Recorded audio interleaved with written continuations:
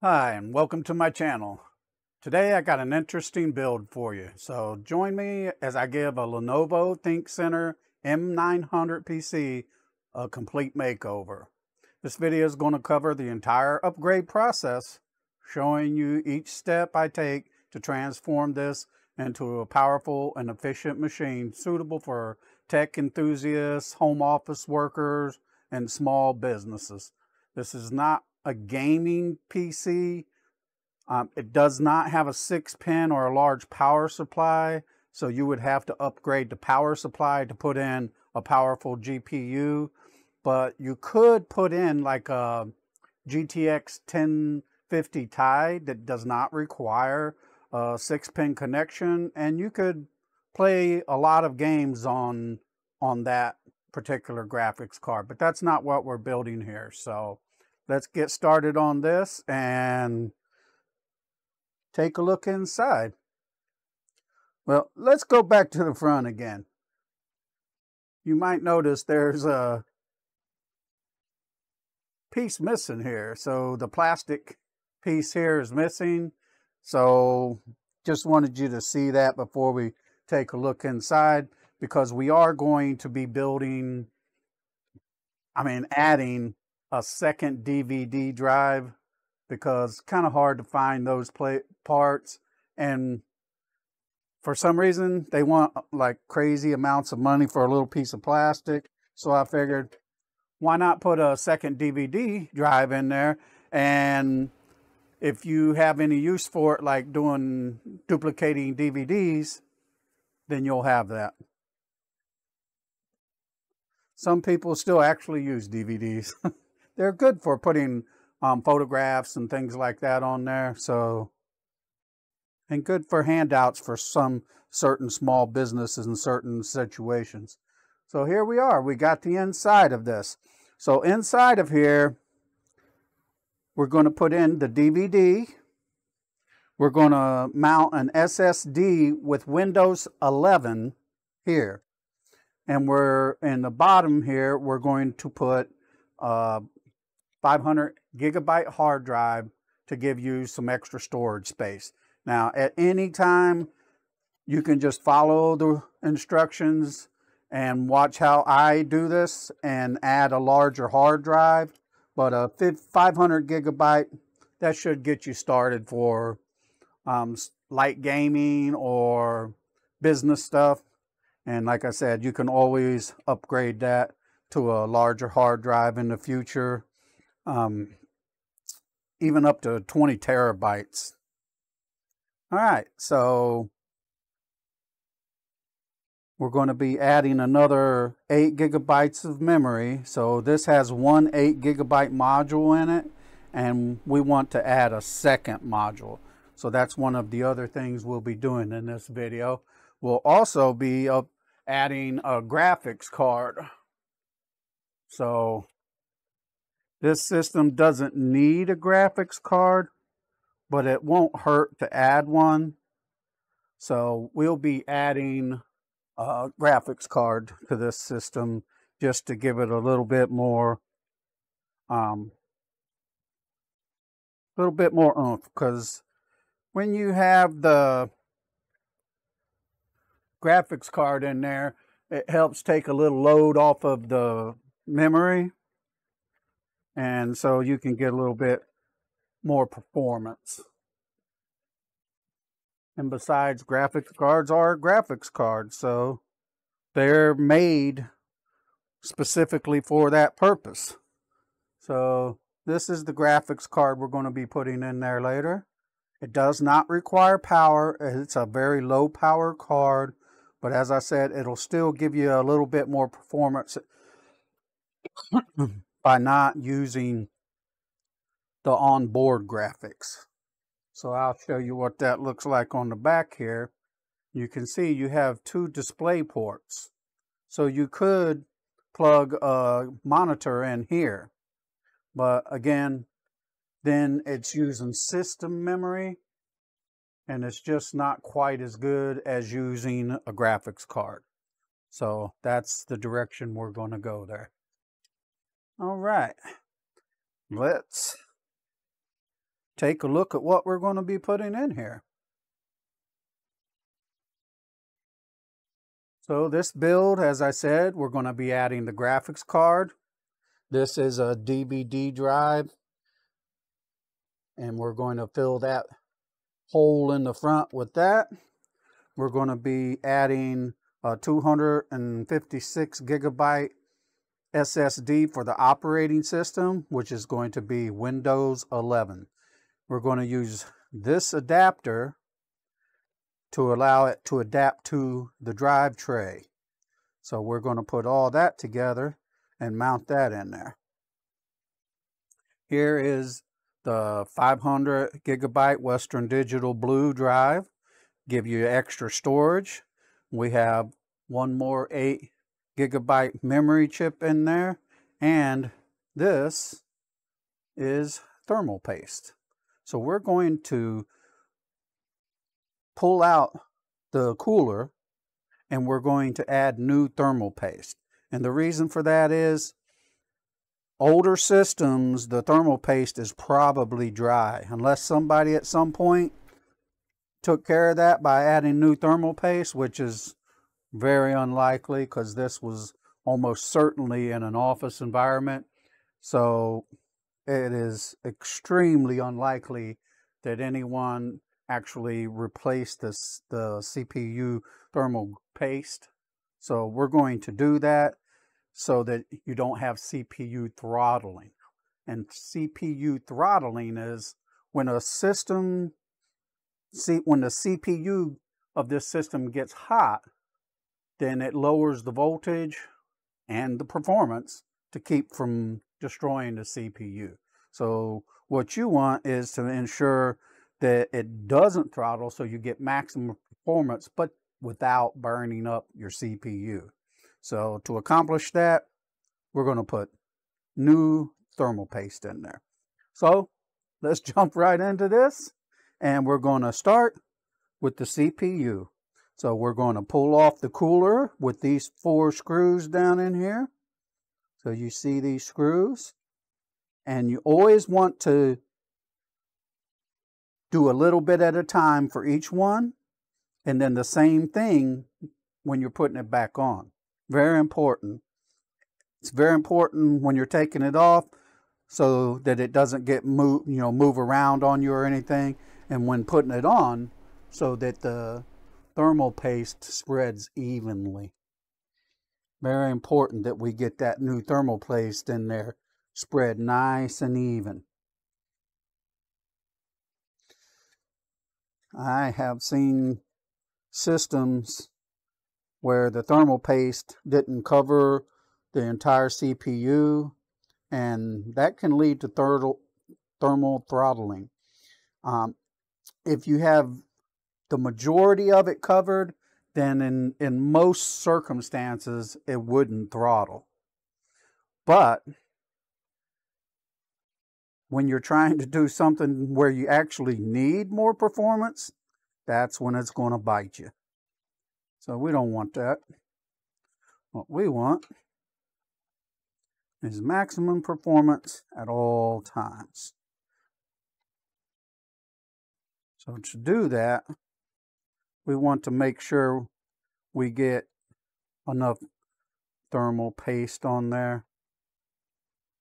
And it's actually one of the situations where it's better to get a little bit more on there than not enough. So let's see what we got. You see, very, very dry. It's just not good. So we're going to go ahead and pull this out of here. And down in here, there's a little arrow here, and I'll show you that in a second. And you can see where it lines up with an arrow on the outside. This is an i7 6700 CPU. Being very careful here, getting it out. So there you go. And we want to get all the old stuff off the top and get new stuff back on it. So we'll scrape that off and then we'll wipe it off.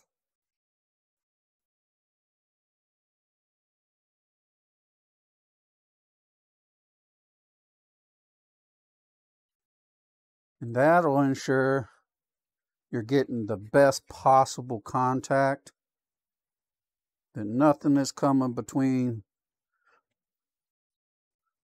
your CPU. See how much nicer it looks now? And the cooler, except that thermal grease, the new thermal grease, thermal paste.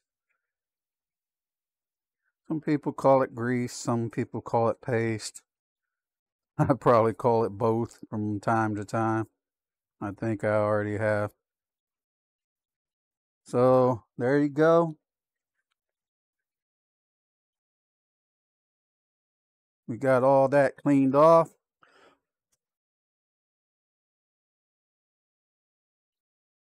So we got that nice and clean.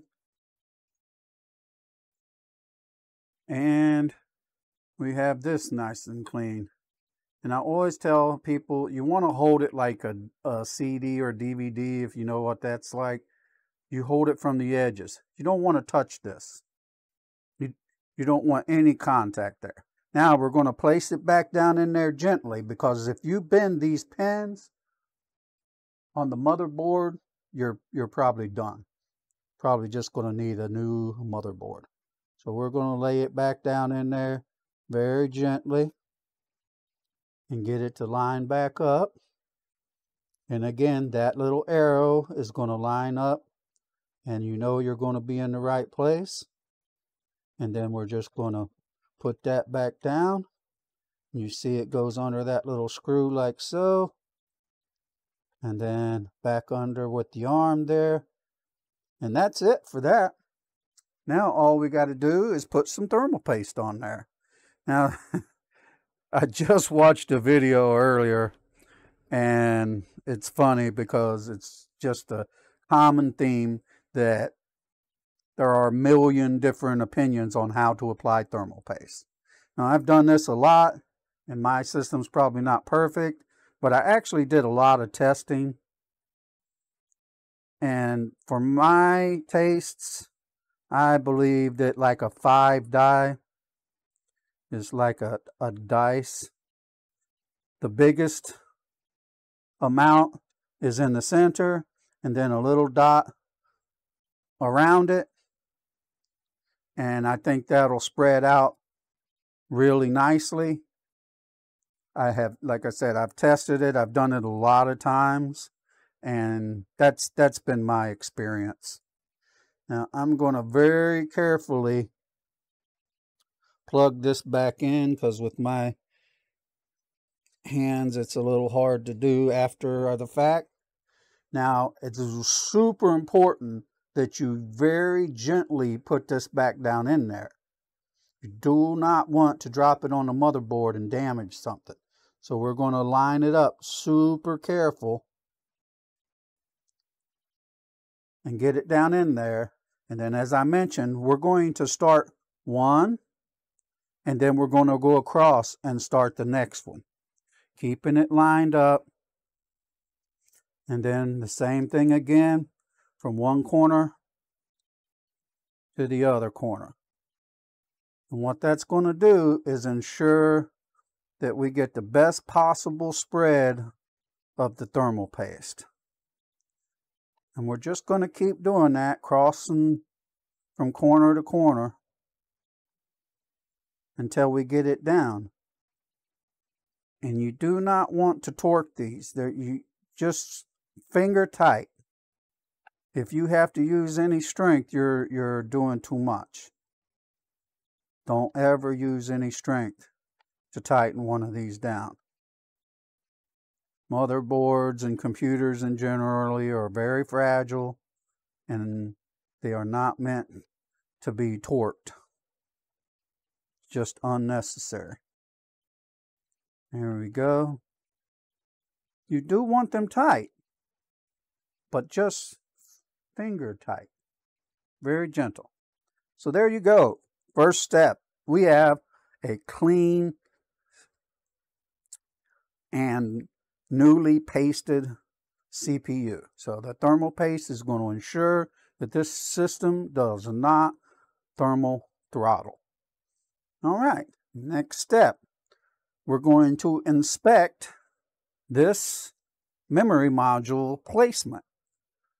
This is a huge problem that you run into where people just willy-nilly put these memory modules in there. And I'm not sure that it's 100%, but standard is for the first slot beside the CPU to be filled. And then the next slot would be of the same color. And that will give you dual channel memory. If you fill the first two slots, you are not going to have dual channel, you're going to have single channel. And that's not what you want. You want to get maximum performance, you're going to need dual channel. And this does not look right. So we're going to put on our magnifying eyeglasses here, and we're going to look down in here, and yes, right here it says DIMM 1, DIMM 2, DIMM 3, DIMM 4. Right there on the motherboard, you can see which slots are which. So now we know that the first slot is indeed the one by the motherboard. So let's pull this out, and we're going to put it into the first slot. There we go. Now we got single channel. Now we're going to insert our second memory module in the third slot. Now what we have done now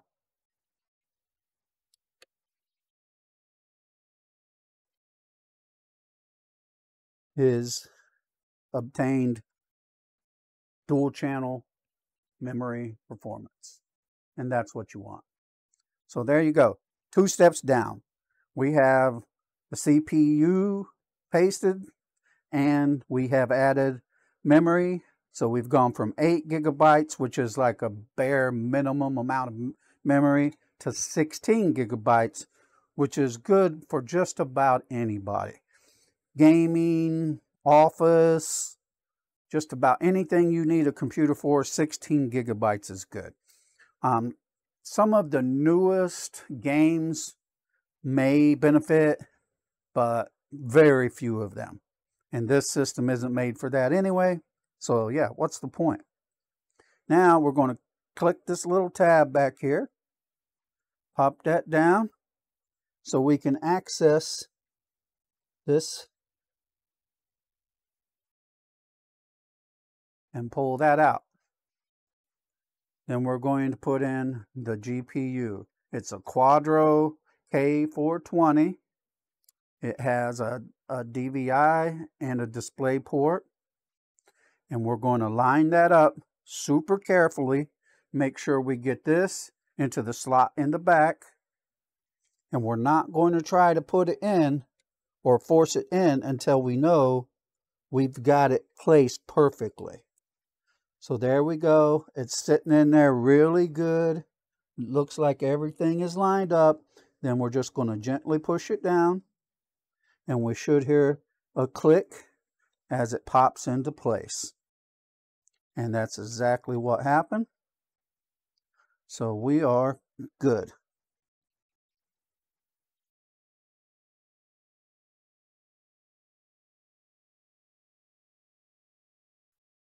All right, so now we're going to push the back up, and that just locks that back into place. Now we have a GPU that's going to take a load off of the system memory. Now,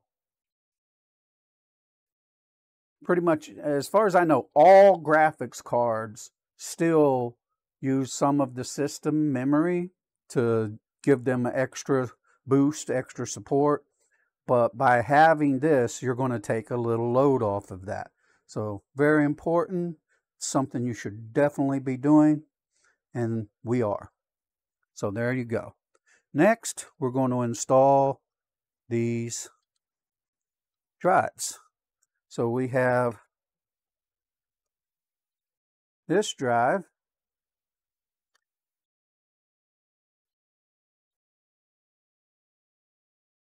SSD.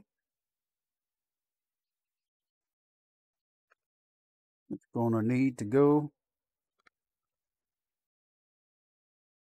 in here.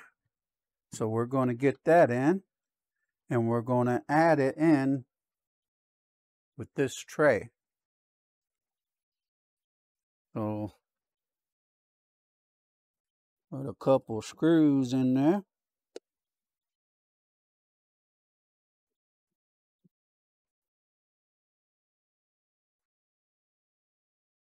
Now there are other adapters. There's quite a few styles of adapters, but they all work the same and they all have similar appearances. So you can see this one kind of holds it in with these tabs and stuff, but it doesn't lock it in. So you still need to put the screws in there if you want to be safe about it. Here doesn't have all those tabs, and as you see, it's black, but still same basic principles, just a slightly different design. It's not really important. I've never seen like a bad one, but it's important that it does work. So you don't want to, you can just leave them sitting in there, and I've seen a lot of people do that, and even on some of the largest YouTube channels where they just threw it in there, and because it doesn't matter. It's not like a hard drive with spinning discs. So I'm putting the first screw in, not too tight. I don't do that over the system because you don't want to drop any screws down in there. So let's not do that. So we'll just set it over here, and I'll pop them screws down in there. That would be a nightmare, especially if you have recently powered on the system. You're not using a wrist strap, things like that, because you could short the motherboard.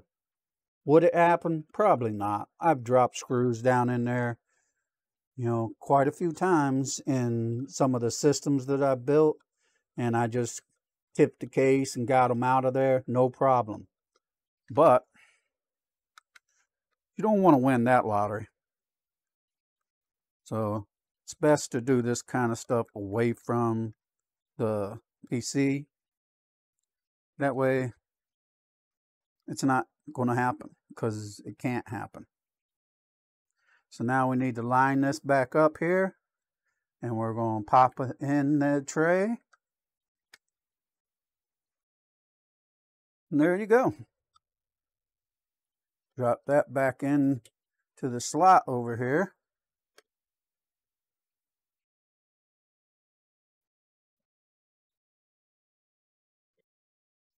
There you go, nice and snug. Kind of weird that this one and this one go backwards. Not sure what they were thinking there. See, you can't put this one in like that. As you can see, it just won't fit. I thought, sometimes I think, oh, well, that's not right. You just turn it around because it's supposed to be like the other one. Nope. Doesn't work that way. It's actually supposed to be backwards. So now you can see on this drive, the holes are down near the bottom, and you can see here that the only way to get this in there is if the holes are lined up with the bottom here. And so we're gonna pop those in, make sure everything's fitting inside of there. And there it is. And this one actually mounts upside down. Not sure what that's all about, but hey, it works. Now we need to connect the power. So we have this SATA power cable here, and that's going to connect both of these. And We have 1,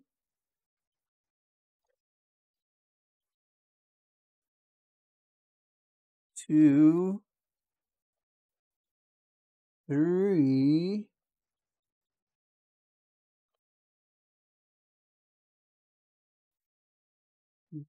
be a 4 here.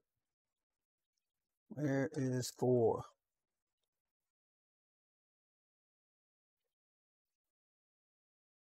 I'm missing something.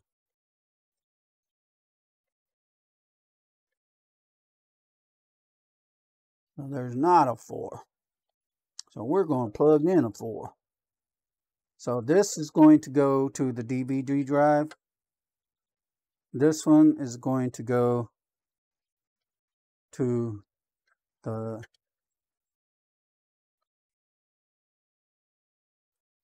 SSD.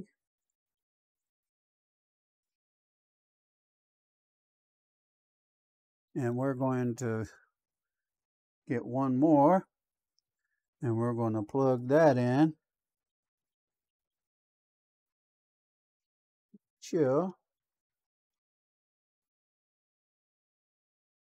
And that one will go to the drive on the bottom here. There we go. So now we need to do the power. As we already saw, this has 2 on it. So we're going to make sure we get those lined up properly.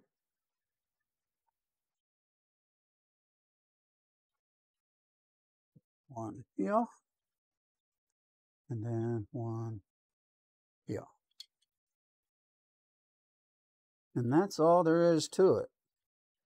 Now we have all of our drives hooked up, and I have already cloned another Windows 11 drive and put it on this SSD here and activated the new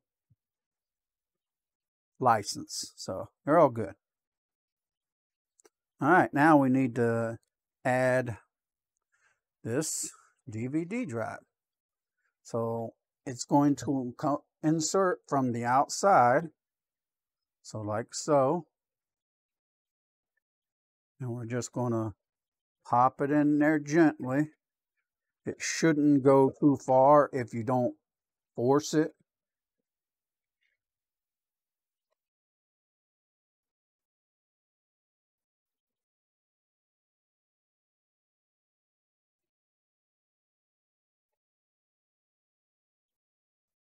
It's supposed to be that easy.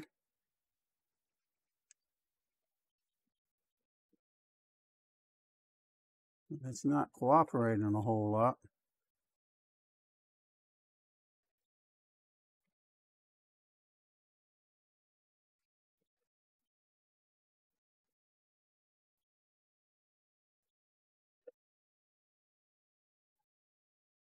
There you go. We had to break the rule. It's very tight. Fit in there good. So there you go. We have 1, 2 DVDs. Look like the exact same drives. So we have 2 DVD-RWs. So if you need to burn some DVDs or clone them, hey, you're all ready to go. All right. And that's about it. Now, I will say that before I started this build, I did clean out the case. And I'm not going to go into that in great detail, but I use, let me switch back here. I use an X-Power blower. Now, I would turn this thing on, but it'll be a little bit loud. I've actually used this to like blow the leaves off of the back patio. It's that powerful. It is like a leaf blower, but it's intended for purposes like what we're doing right now. So I did need to still reconnect the power supply to the DVD and the SATA connection. The cable management here isn't like spectacular, so I may do a little bit of work on that, but shouldn't be a problem because none of this is anywhere near the fans. Depending on the system and the placement of fans, I definitely put a lot more effort into cable management, but this is not too bad, so we're not going to worry about that. And the last thing is to put the cover back on there. And these are toolless, so they do have the extra screws on the back, so yeah, you can add those. So one thing I forgot to mention, when you use canned air or one of these, get you a small brush. This is what I use, and you can dislodge hard to remove dust, but also you're going to take this and you're going to shove it into any fans before you blow them with canned air or one of these powerful blowers. If you don't, they're going to overspin and quite possibly ruin your fan. And that's not what we're trying to do. We're trying to upgrade. We're not trying to destroy stuff. So definitely don't do that. Let's get it out of here. So what do we got? We have rebuilt this system.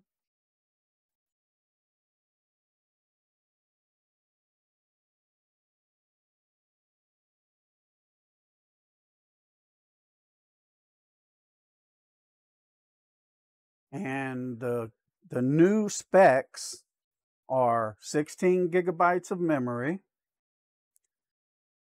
The Intel i7 6700 CPU, that's a 4-core, 8-thread CPU, now has new thermal paste on it. So that's good. That's what you want.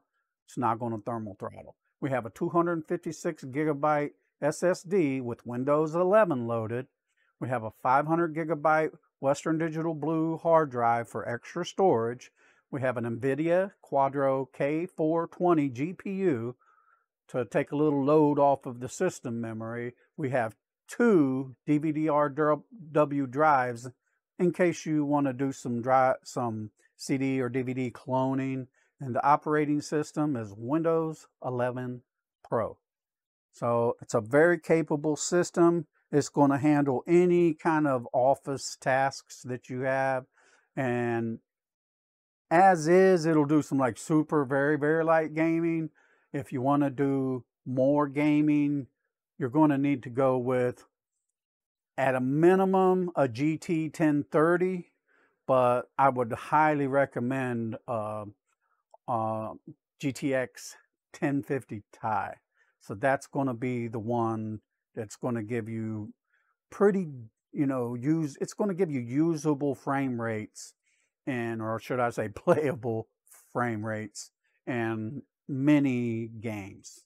So not the newest AAAs, those are going to be tough to play on that card, but you can get playable frame rates in a lot of games. So hey, thank you for watching. Really appreciate you stopping by again, and hopefully you will comment if you have any questions or want more content like this, and you'll stay tuned for more tech tips, reviews, and upgrades. And don't forget to like and subscribe for more tech upgrading tips and budget builds.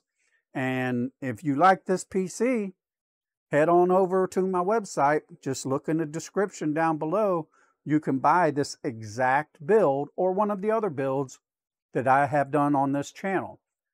Almost all of the builds that I do, they are loaded onto my website and they're available to you to purchase, and that helps support this channel. So check it out, see if there's something there for you.